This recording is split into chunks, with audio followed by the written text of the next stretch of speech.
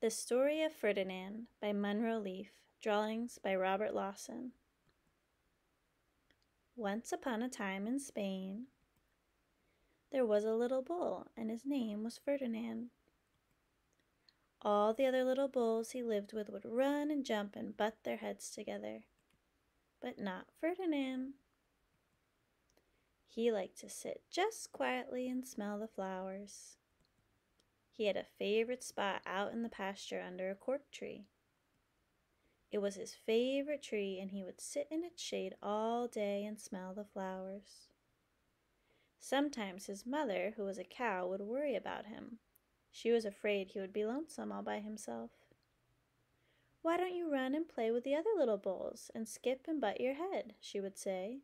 But Ferdinand would shake his head. "I like it better here where I can just sit quietly and smell the flowers."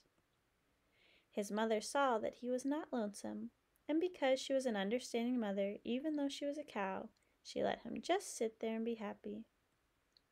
As the years went by, Ferdinand grew and grew until he was very big and strong. All the other bulls who had grown up with him in the same pasture would fight each other all day. They would butt each other and stick each other with their horns. What they wanted most of all was to be picked to fight at the bullfights in Madrid. But not Ferdinand. He still just liked to sit just quietly under the cork tree and smell the flowers. One day, 5 men came in very funny hats to pick the biggest, fastest, roughest bull to fight in the bullfights in Madrid. All the other bulls ran around, snorting and butting, leaping and jumping, so the men would think that they were very, very strong and fierce and pick them. Ferdinand knew that they wouldn't pick him, and he didn't care. So he went out to his favorite cork tree to sit down. He didn't look where he was sitting, and instead of sitting on the nice cool grass in the shade, he sat on a bumblebee. Wow, did it hurt! Ferdinand jumped up with a snort. He ran around puffing and snorting, butting and pawing the ground as if he were crazy. The 5 men saw him, and they all shouted with joy. Here was the largest and fiercest bull of all, just the one for the bullfights in Madrid. So they took him away for the bullfight day in a cart.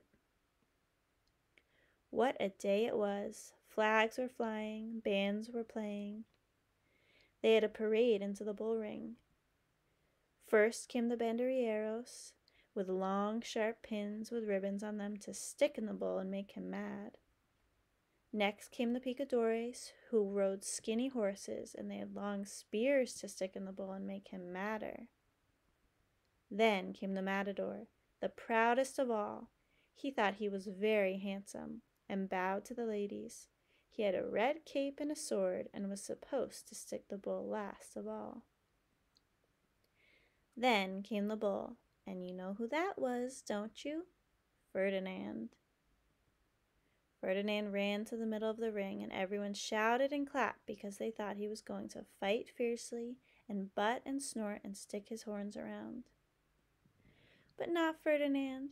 When he got to the middle of the ring, he saw the flowers and all the lovely ladies' hair, and he just sat down quietly and smelled. He wouldn't fight and be fierce no matter what they did. He just sat and smelled, and the banderilleros were mad, and the picadores were madder, and the matador was so mad he cried because he couldn't show off with his cape and sword. So they had to take Ferdinand home. And for all I know, he is sitting there still, under his favorite cork tree, smelling the flowers just quietly. He is very happy. The end. If you'd like reading response and social emotional learning activities to go with this book, click the link below the video. There's also a link to buy the book for a screen-free story time. Please like, share, and subscribe for more videos like this one. Thank you for reading with us.